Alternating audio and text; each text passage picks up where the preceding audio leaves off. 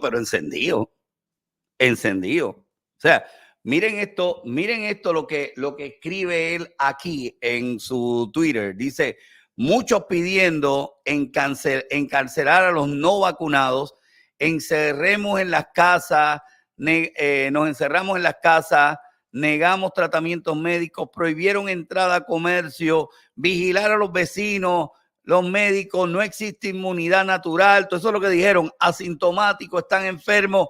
Nunca olvidemos esta tiranía y quienes la promovieron, fue lo que decía en uno de sus tweets el licenciado Michael Corona, que está con nosotros. Le damos los buenos días. Michael Corona, buenos días. Buenos días a ti, buenos días a los que te ven y te escuchan.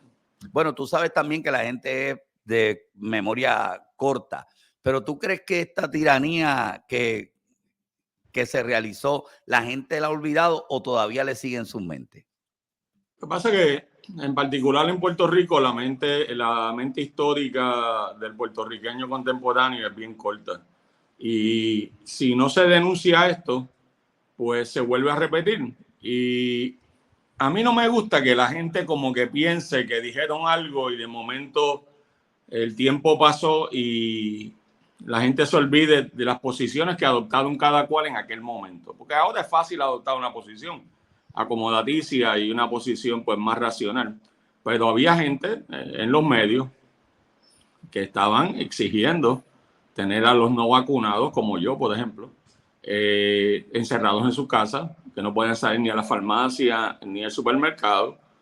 Había básicamente la gente, el gobierno pidiendo que te pusiera a espiar a tu vecino. No se permitía la entrada a las personas que estaban perfectamente saludables. No cerraron. Hasta un Vaco ID crearon para saber quién estaba vacunado o no. Entonces la gente iba a vacunarse y después cuando salía el refuerzo, no, tú no estás vacunado si no tienes el refuerzo. Y siguieron así. Siguieron así por bastante tiempo. Yo sé que, por ejemplo, uno no podía entrar, yo no podía entrar ni a recortarme el pelo siquiera, ni siquiera ir a comer a algún sitio, porque sencillamente no tenía el Vacu ID. Yo me rehusé a tomar el Vacu ID porque en realidad yo no me vacuné. Y entonces los médicos hablando que no existía la inmunidad natural, que es una aberración, diciendo, habían medidas absurdas como que la gente entraba al restaurante con la máscara y después se sentaba y se supone que el virus que está en el aire no te contagiara. Todas estas cosas absurdas se hicieron. En Puerto Rico se hizo la gobernadora Wanda Vázquez hizo una situación donde, de acuerdo a tu tablilla, tu carro podía salir a la calle. Es decir, wow. Se arrestó, yo me acuerdo que se arrestó un joven que estaba en el mar metido nadando solo. Y la policía fue a buscarlo en una lancha y lo arrestó. Y la gente aplaudiendo eso. Y entonces yo no oí de ningún partido, ni ninguno, de estos partidos emergentes que son radicales y todo. Nadie se quejó. Todo el mundo estaba de acuerdo, había un consenso totalitario y el silencio era absoluto. Y entonces, desde el punto de vista constitucional, el gobierno empezó a operar, a pesar de que la legislatura estaba allí, operar por orden ejecutiva. No se declaró ley marcial, como dice la Constitución. La Asamblea Legislativa no avaló esto. Y entonces empezamos a establecer un sistema nuevo de gobierno, porque supuestamente había una emergencia que requería hacer todo esto. Y yo creo que se trastocó el sistema constitucional completo de Puerto Rico. Es un tema que mucha gente no quiere hablar de él, pero yo creo que hay que hablar de él porque si esto vuelve a ocurrir, va a ser peor. Y lo más malo de todo esto, Ray, es que una vez tú implantas ese tipo de conducta y empiezas a darle la vuelta a la ley y a la Constitución, tú nunca vuelves a donde empezaste. Siempre la gente se acostumbra a eso y entonces el sistema... Vieron que hay un punto, ¿verdad?, que dicen mucho, por lo menos algunos abogados, dicen que uno nunca entrega sus derechos. Al contrario, uno siempre tiene que tratar de tener más derechos, no decirle, mira, quítame los derechos, quítame esto. Entonces, tú hacías un caso de que la gente aplaudiendo porque sacaron el de la playa. Es como que la gente diciendo, ay, qué bueno, que nos encierren, que nos lleven. Entonces, la gente perdona esta expresión que te voy a decir, pero la gente le creyó a los políticos. Sí. Pensando, no, los políticos están haciéndolo por nuestro bien. Entonces la gente ha visto tantos casos de políticos corruptos y todas estas cosas, pero en ese momento pensaron que estaban haciendo todo bien. Ahora, la pregunta es, ¿tú no crees que la gente despertó de eso? Hoy en día, como tú dices, hay gente que ahora se está quejando, pero en aquel momento eran cómplices de esto. Yo creo que mucha gente no aprendió de esto. Incluso me acuerdo del incidente de una dama que yo defendí, es una Figueroa, que cuando llegó al aeropuerto desde un viaje de Florida, básicamente se le pidió la tarjeta de vacuna y todo ese tipo de cosas y ella se negó. La policía la dejó ir y luego el Departamento de Salud y el gobierno de Puerto Rico hizo un show con ella para arrestarla. Ese caso yo la defendí a ella, se llama Zulma Figueroa, y eventualmente pues el caso el juez lo desestimó. Bueno, yo me acuerdo... Porque parecía como que era una persona indisciplinada y sencillamente ya lo que estaba haciendo es haciendo valer sus derechos. Y en ese sentido, pues los derechos, Ray, no son cosas que se heredan. Son cosas que la gente o los afirma o los renuncia. Así que por el hecho de que existen en el papel y en la Constitución, son letras muertas si la gente no lo ejerce. Así que mucha gente piensa que esto es como por herencia. Bueno, si en el pasado habían los derechos, no, eso no es así.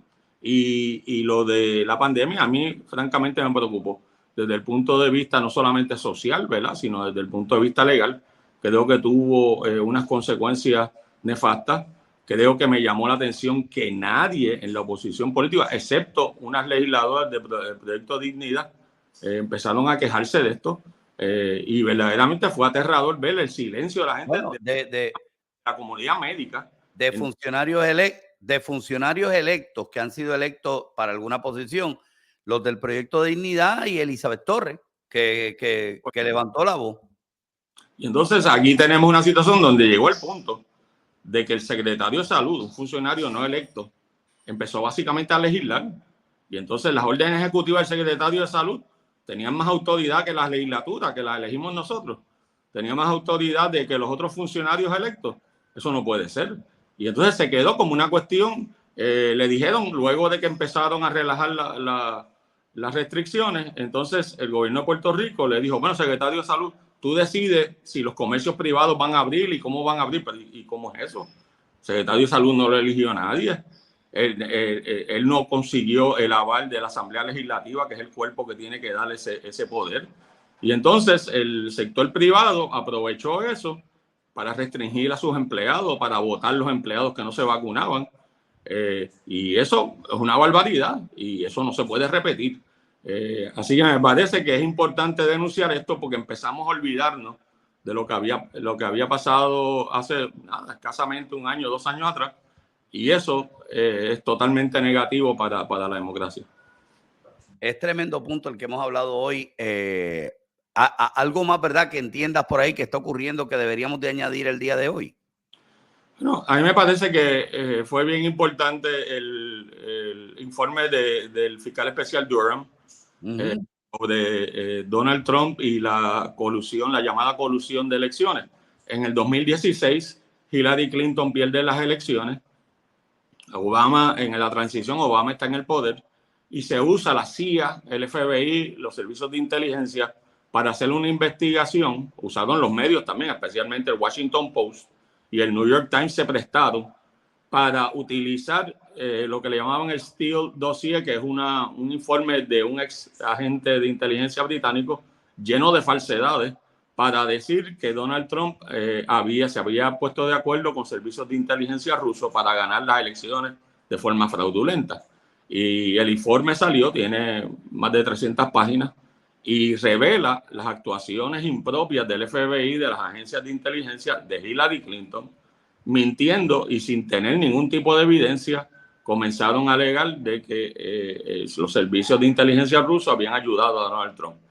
Esto es bien parecido a lo que hicieron los servicios de inteligencia de Estados Unidos, me refiero al FBI, la CIA y los otros, con relación a la computadora de Hunter Biden, donde unas semanas antes de la elección censuraron al Washington Post, al New York Post.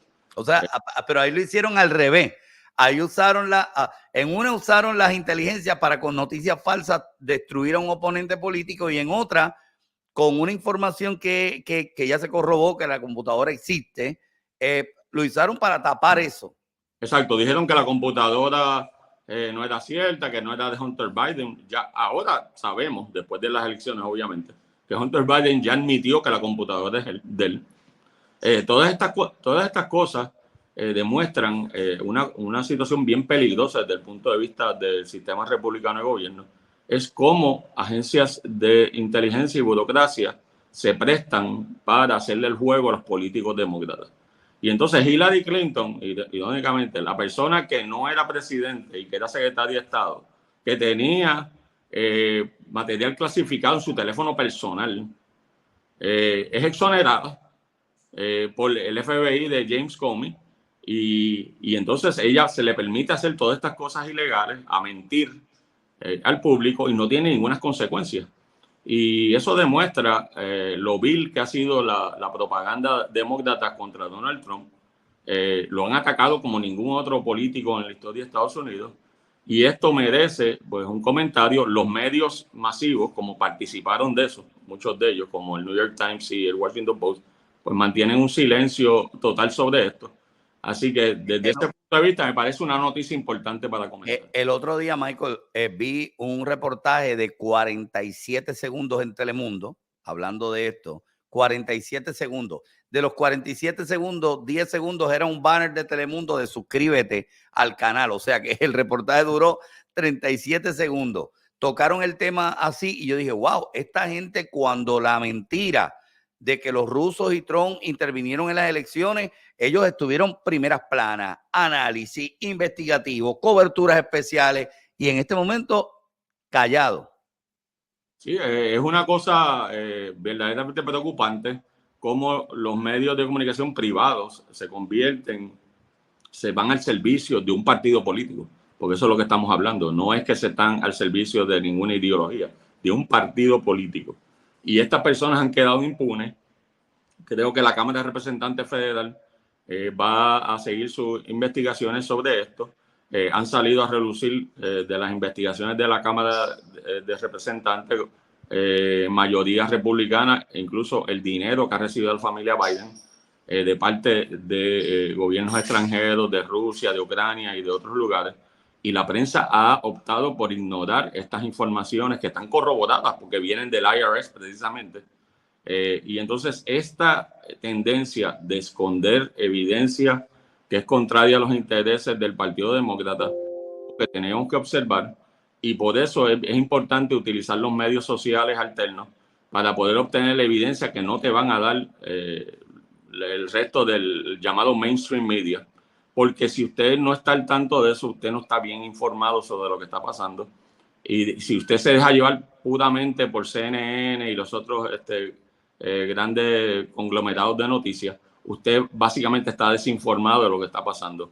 Así que yo creo que ese desarrollo que pasó la semana pasada del informe de Durham es bien importante desde el punto de vista de usted ponerse al día en cuanto a eso y saber cuáles son los detalles que se están omitiendo y que se están escondiendo en el proceso político. Eso es bien importante y hay que seguir cubriendo esto. Michael Corona, te damos las gracias. La gente te puede buscar en Twitter como licenciado Michael Corona y lo puedes conseguir ahí. Tú estás siempre analizando y aparte de que te quiero dar las gracias porque tú como abogado has tomado unos casos durante toda esta pandemia, has tomado unos casos bien importantes y hay gente que ha podido tocar a la puerta de tu oficina y han recibido lo que debe recibir cualquier persona, un trato justo de la justicia, de nuestras leyes. Así que te quiero dar las gracias por eso, Michael. Bueno, gracias a ti, Rey, pero lo que te quiero decir es que las personas que no tienen voz, las personas que se sienten que tienen la opinión pública en contra y todo eso, necesitan en ciertos momentos que tengan alguna voz, tanto mía como de otros abogados que estén dispuestos a hacerlo, porque no hay nada peor que no se le escuche la versión de la otra persona. Y es importante que la gente tenga a alguien que diga, mira, yo te voy a defender en eso, porque nunca la verdad es una sola. Siempre hay dos versiones de todo. Siempre hay que darle la oportunidad a la gente a expresarse. Y uno, una vez tiene las dos versiones y la cuestión balanceada, uno puede tomar una decisión informada sobre una controversia. si es una sola lado, si es el acoso de ciertos sectores de la prensa, siempre dirige a una injusticia. Y eso no lo podemos permitir. Así que nada, te agradezco tus palabras, Ray. Así mismo, muchas gracias. Ahí estaba el licenciado Michael Corona con nosotros. Hacemos una pausa, regreso.